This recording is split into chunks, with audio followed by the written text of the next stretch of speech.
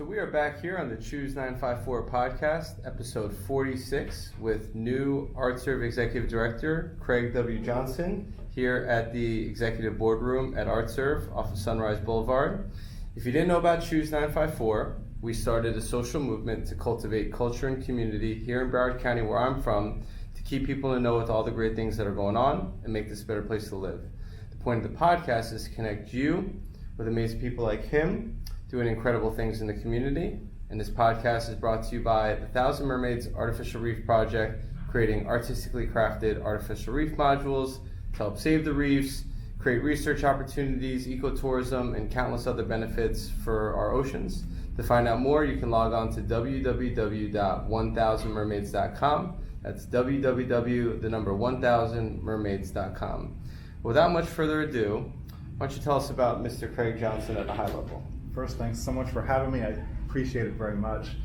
My name is Craig Johnson. I'm the new Executive Director of ArtServe. I came to 954 by way of Orlando. I'm originally from Jersey, so I'm a Jersey boy. I didn't know that. I'll tell you a story about that if you want to hear it.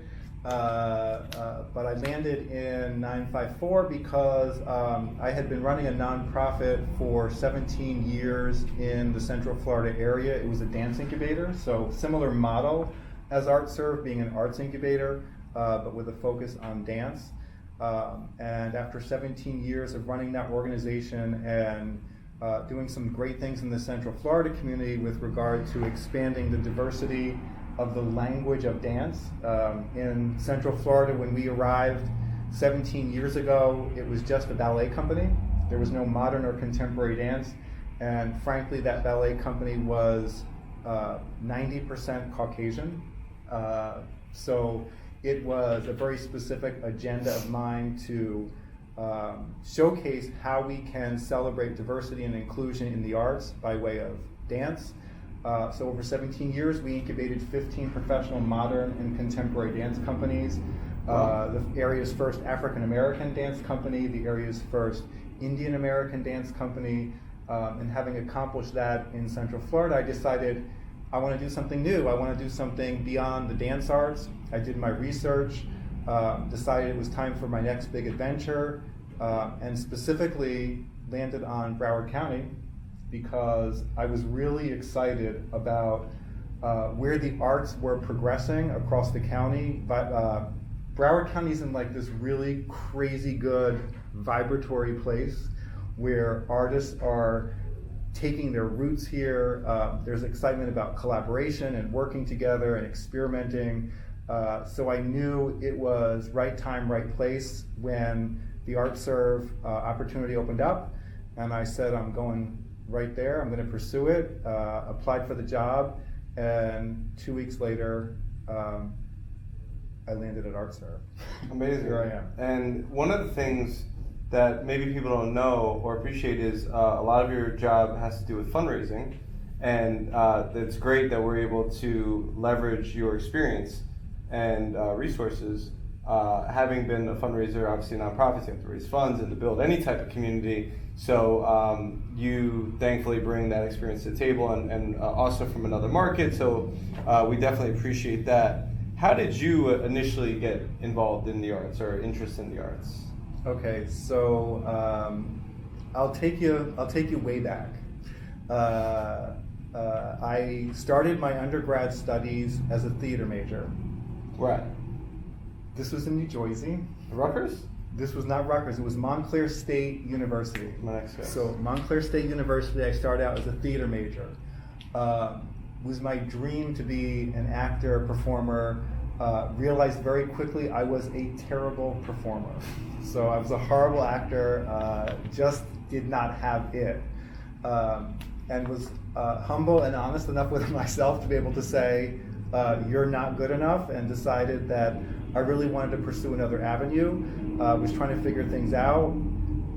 Listened to some of my mentors. I was a really good student, so I was good in the sciences, and switched over to a biology major. Figured let's do something practical.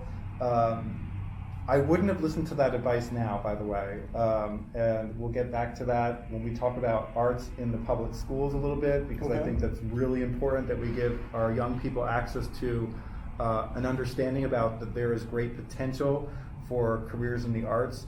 But that said, transferred over to a biology major and ended up relocating to Rollins College, which is in Winter Park, Florida. That's right. Loved the campus, loved the program, really enjoyed the studies. Graduated from Rollins with a degree in biology. Went on to medical school for 2 years. I'm not lying. Went on to medical school for 2 years, Columbia University. Nice. And my second year of medical school, I had an awakening. I was doing a residency, short-term residency project, believe it or not, in Israel. I'm not Jewish, I have no Jewish roots, but I was in Israel testing the efficacy of pneumococcal vaccination in indigenous populations. Okay, try and say that. So I was working with the Bedouin population out in the Negev desert in Israel. And what I started to realize was I was much more interested in what the villages were doing in the evenings with their communities. They were actually getting together, playing music, drawing, and teaching their kids how to art their way through their daily experiences and using art as a healing instrument. And I said, that's really cool. Like, I want to do that. And I had no idea you could actually connect the arts to something bigger than just the aesthetics. So I was really inspired by that. That summer, I said, I'm leaving medical school, I'm returning to the arts. I want to do something where we can bring the arts to our community in a way that uplifts and transforms communities for the better. From there, I founded the Center for Contemporary Dance in Central Florida, opened that organization with the specific mission of broadening the language of dance and leveraging dance as an instrument for celebrating diversity and inclusion in our communities. And 17 years after that, we pick up where we are now. Amazing. Yeah. And I can speak for myself, I'm sure I could speak for you too. Having spent one night in a Bedouin tent on Birthright, I don't think I'll ever do that again, but it was a great experience being out there in the desert, in Israel. Did you have that experience with the Bedouin where they were playing music and celebrating the arts and having around the fire and stuff like that? Yeah. And then for the Birthright experience, they take you out to the mountains at night, and there's no light around, and you're under the stars, and they tell you to think about your life, and so that was a good experience. So riding the camel was cool, but I don't think I'll sleep in a Bedouin tent anytime soon. But it's crazy that those experiences obviously led to where you are today. So you know, thankfully the position was available, all the stars aligned. Tell us from your perspective, well, for those that aren't aware, a little bit about ArtServe and your role and kind of what you're doing over here. Sure. So ArtServe has been in our community for 30 years. So we were one of the nation's original 6 arts incubators. And really what ArtServe is responsible for is building the foundation of culture across Broward County. So we've been providing critical resources and support systems for independent artists across the county for those 30 plus years, allowing artists to make their way successfully into the creative services industry. So for 30 years, we've been laying that groundwork. Now, as we build upon that legacy, we're looking to create the ArtServe 2.0 and positioning ourselves as a creative laboratory where we can take that foundation, bring artists together with community stakeholders and businesses, put them around a table just like we are here at this boardroom, and start to creatively think about new ideas, new approaches for leveraging the arts as a supercharger for impacting our community in areas of childhood education, health and wellness, social change, environmental awareness.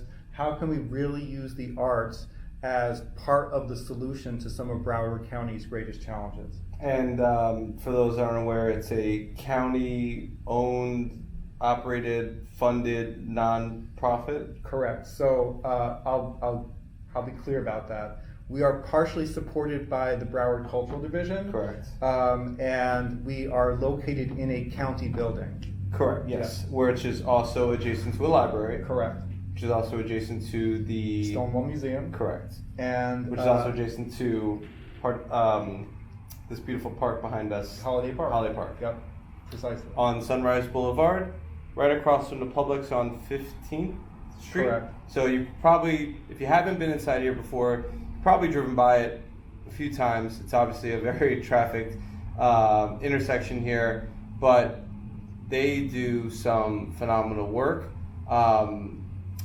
Host over 1,000 events a year. Over 1,000 events a year. And just to rattle a few off the top of you have open mic nights. You're hosting a bridge club today. Film. My friend Dana Del Carmen does her Arts Accelerator film workshops here. We've had So Far Sounds here. Tell us some other events that people might not know exist here.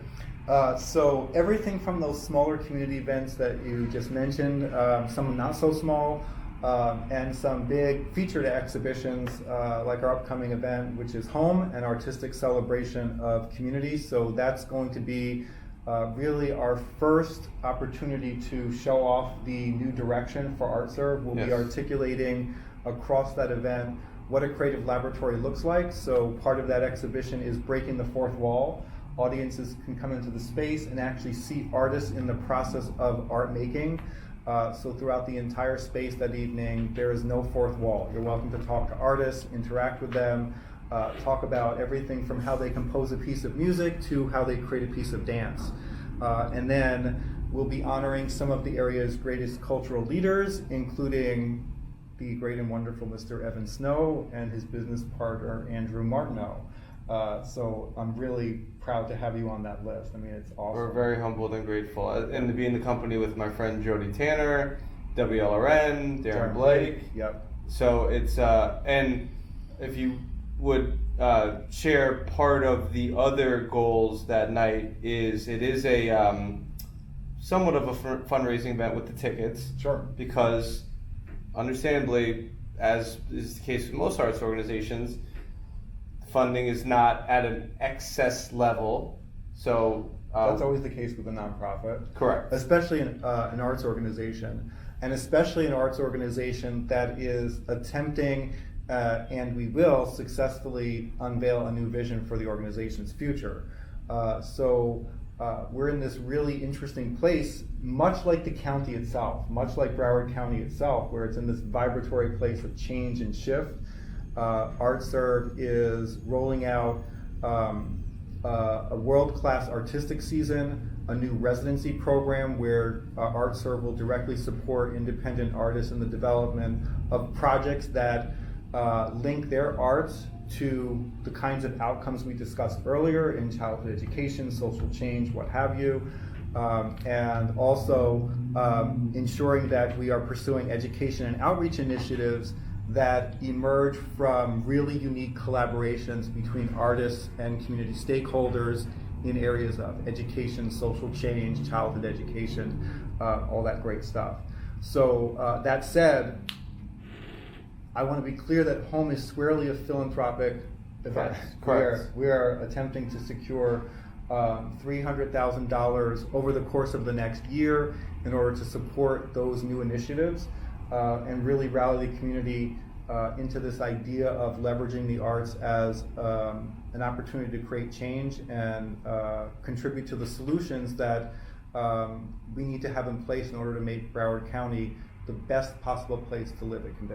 And very well put. And do we plan on raising $300,000 that night? Probably not. It'd be great if somebody decides to strike a $250,000 check, but it is a ticketed event. They are asking for a $75 donation ticket, however you want to consider it, which does go directly back to the mission. Mm-hmm. And obviously there'll be drinks and champagne, wine, delicious gourmet bites from Tula Bistro and Garden. Our champagne sponsor is Zebra Champagne that evening. Okay.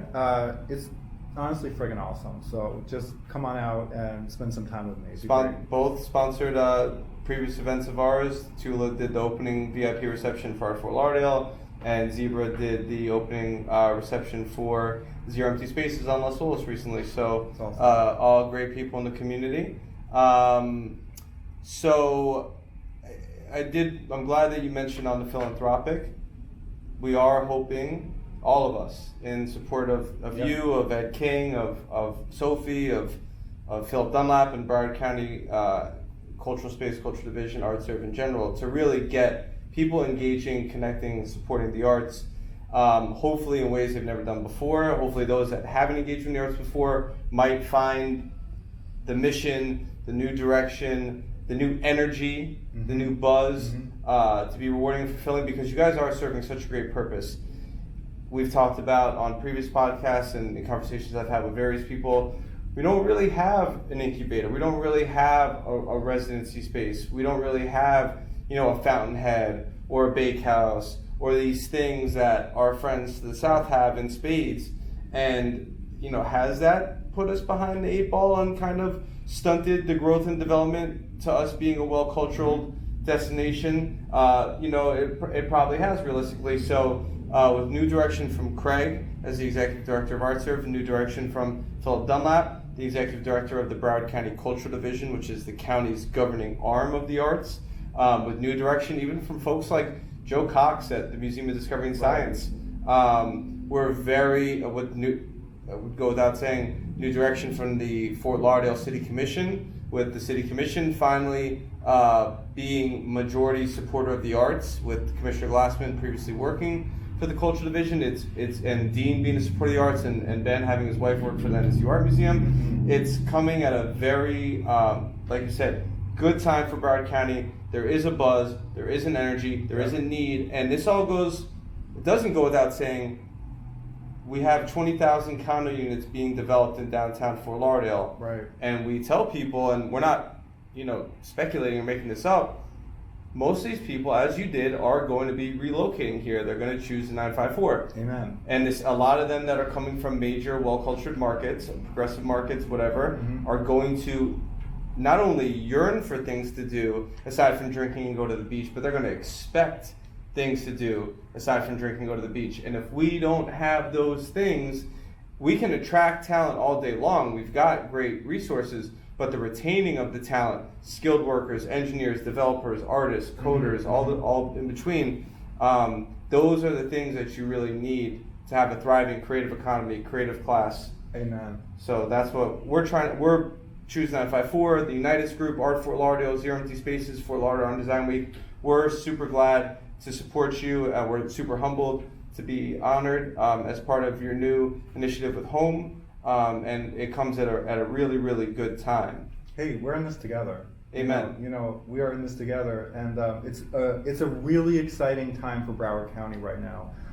So I say, however you choose, get involved with the arts and people that are movers and shakers in the arts and really looking to do something great and powerful on behalf of our community. It's a really exciting time to be part of things. And thank you for your work. Yeah, of course. Well, and support for the arts could be following an artist, liking, sharing, tagging on social media, showing up to an event. The line I always repeat from Tim Hass's talk is the only way that we're going to build a creative community is to show up to other people's stuff. Right. If we do this in silos, it's just not going to work. Right. And I'm very encouraged with increase in attendance at Creative Zen recently, the second Friday morning of the month, the opening of our Zero Empty Spaces initiative. I've never seen hundreds of people come out. It was packed. Yeah, it was crazy. So I'm really encouraged. You made a note, and I wanted to go back to it. Well, I really want you to touch on, what do you want people to know about ArtServe, and then also what do you want people to know about the importance of the arts in public schools? Okay, great. So you mentioned it earlier. One thing about ArtServe that's important to know is that we do over 1,000 events here a year. And one thing that I am personally bringing to the table and ensuring is my commitment to diversity and inclusion stands firmly at the center of what we do as an arts organization. And that includes not just diversity and inclusion with the population that we serve, but also with the disciplines that we present. So it's bigger than visual arts. It's about dance, it's about theater, it's about performance art, it's about ... whatever an artist might decide to create and bring to the table. But really the core of where ArtServe is going is creating an environment of experimentation. If we don't cultivate an environment of experimentation, there's no newness, there's no innovation. So that's really the direction we're headed in. And I hear it all the time from the disciplines outside of visual arts: filmmaking, dance, performance art, video installation art. Like, where are you supposed to go if you're a multidisciplinary artist, or you're an artist that doesn't fall into the boxes of what has become? I mean, we're all glad that visual arts and paintings and sculptures are popular and well received, but then there's artists that are also equally as deserving and need a place to incubate their craft and be shown. I've had artists tell me, I mean, this is Broward County's signature public art space. Unfortunately, and it's a different conversation, 99% of the artists I know are never going to show in the NSU Art Museum. Yeah. So where else are they supposed to show, aside from Art Fort Lauderdale? Yeah. So you really serve a great purpose. What would you want them to know about arts in public schools? So that when budgets are cut, the first thing that gets cut are the arts, especially in our public schools. And frankly, it's because in our Western culture, we don't yet have the appreciation for the arts that exists in other cultures, including the Bedouin populations, for example, right? So part of what we need to ensure is that we find avenues and gateways to make sure that the arts are retained in our public schools. One of the things we're doing as an organization is making sure that our programs are accessible to the public school system. So as part of our featured exhibitions, we're working to ensure that public school students, especially kids from Title I public schools, have access to the programs by way of a field trip or by way of a teaching artist going into the schools and teaching elements of a particular exhibition. And that's an incredibly important mission for me, because had I had greater access to the arts in my public school, I probably would have figured out much younger that you could actually be an arts administrator and not have ended up in medical school for 2 years. And you wouldn't have had to find out it when you were in the Bedouin tents? Exactly. Not that I undermine that experience, because it was awesome. Sure. But the reality is that our kids, especially those from underserved communities, there are incredible opportunity gaps, and by not having access to the arts only widens that gap. And one of the ways we can close it is by making sure that there's accessibility to the arts. Amen. Well said. Yeah. And you guys are succeeding in doing that. There are so many free events here, or so many events in general, so many workshops, so much information. Choose954 has thankfully officially partnered now with the Broward County Co-op program, which Mr. Ed King, who heads up that program, will tell us more about in our upcoming podcast.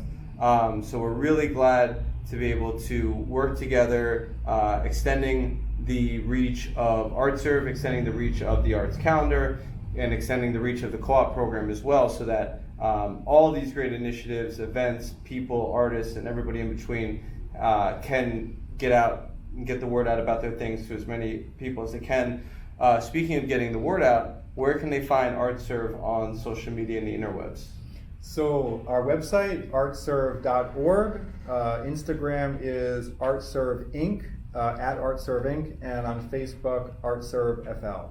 Okay, and you can find out more on August the 22nd. The doors open at 6 p.m. for Home. You got it. Which we will be here. It is a $75 ticket, suggested donation. You can donate above and beyond that. We're hoping that there's people in attendance that are invigorated and encouraged by the new direction of what they hear, and that they decide that they want to support it monetarily, because there is a conversation that really needs to be had, that Andrew, myself, and Jodi Tanner and other people have been reverberating, that we need support from the business community to really make an impact, as the business community supported in Miami. And we all know the impact of Art Basel which led to the growth of Wynwood, which led to Miami being undoubtedly a well-cultured, world-class destination that for 1 week of Miami Art Week contributes over $550 million to the local economy from people engaging with the arts. And it's great that we have a $414 million economic impact annually from the arts within the nonprofit sector per the AEP 5 report that the Broward County Culture Division constructed. But imagine if we had, ongoing support throughout the year, weekly, monthly, quarterly, annually, even just getting people to support Fort Lauderdale Art and Design Week, what we really could do, and having all these ancillary businesses, all these ancillary artists get the support they need and deserve to be able to thrive, get ArtServe, if we put $10 million into ArtServe's bank account annually, and that could literally change people's lives, that could help artists get discovered, that could help artists prices go up and everything else in between. So I give you a lot of credit. I'm very encouraged. We hope to see you August 22nd. Few other things that you can check out if you want to engage with the arts as well. We are still very glad to be hosting AAF Creative Zen every second Friday morning of the month that we do for free. It's a monthly breakfast lecture series. It's a mini TED Talk that we host in different creative venues throughout Greater Fort Lauderdale. We bring in an inspiring startup founder, artist, thought leader, Zen master, somebody that has a great story, inspiring story to share.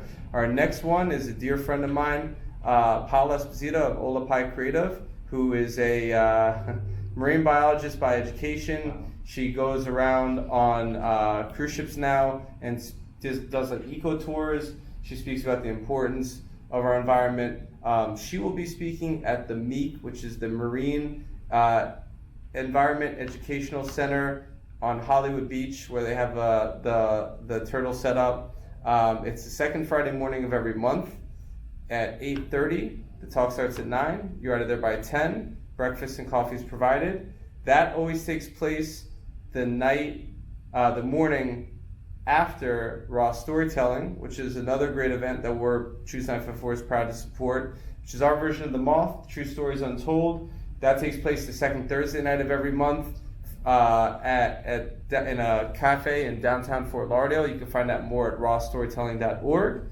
We're also proud to continue supporting and sponsoring So Far Sounds, which is Songs from a Room experience. It's a very intimate music experience where we reward true music fans with very intimate performances by independent musicians, spoken word poets, artists. You either have to request access or RSVP. They don't put out the name of the venue or who's going to be playing. So you're literally rewarded with this experience if you're lucky enough to get in there. You can get notified when these experiences are coming up at sofarsounds.com. If you're an artist that wants to participate in the conversation, we are very excited that we're going to have our third Choose954 Artist Potluck, which takes place the last Sunday night of every month in our first Zero Empty Spaces location on Las Olas, 914 East Las Olas. The Artist Potluck is to bring together artists to share ideas, thoughts, opportunities to collaborate, feedback, challenges, and really have open discourse and dialogue. It's primarily designed only for artists at the moment. We will expand it to members of the community that wants to engage with artists in the future, but for now we're just trying to keep it to the artists. You can just type in Choose954 Artist Potluck. It'll pop up on Eventbrite and Facebook. It's a free event. You just bring a dish. And if you didn't know about Zero Empty Spaces, we are floored and really grateful for the feedback and the support on our newest initiative, which is an initiative to create affordable artist studios spaces in what are vacant commercial real estate spaces by activating them, transforming them into artist studios on short-term leases at $2 per square foot to the artist, and that includes the water, electricity, the insurance. We market and promote it. We do events. Our opening reception for our first location on Las Olas was a night to remember. Hundreds of people came out for an opening of an artist studio, which was amazing. You can find out more, apply to be a part of it, or submit a space that you might have that's vacant to be considered at zeroemptyspaces.com.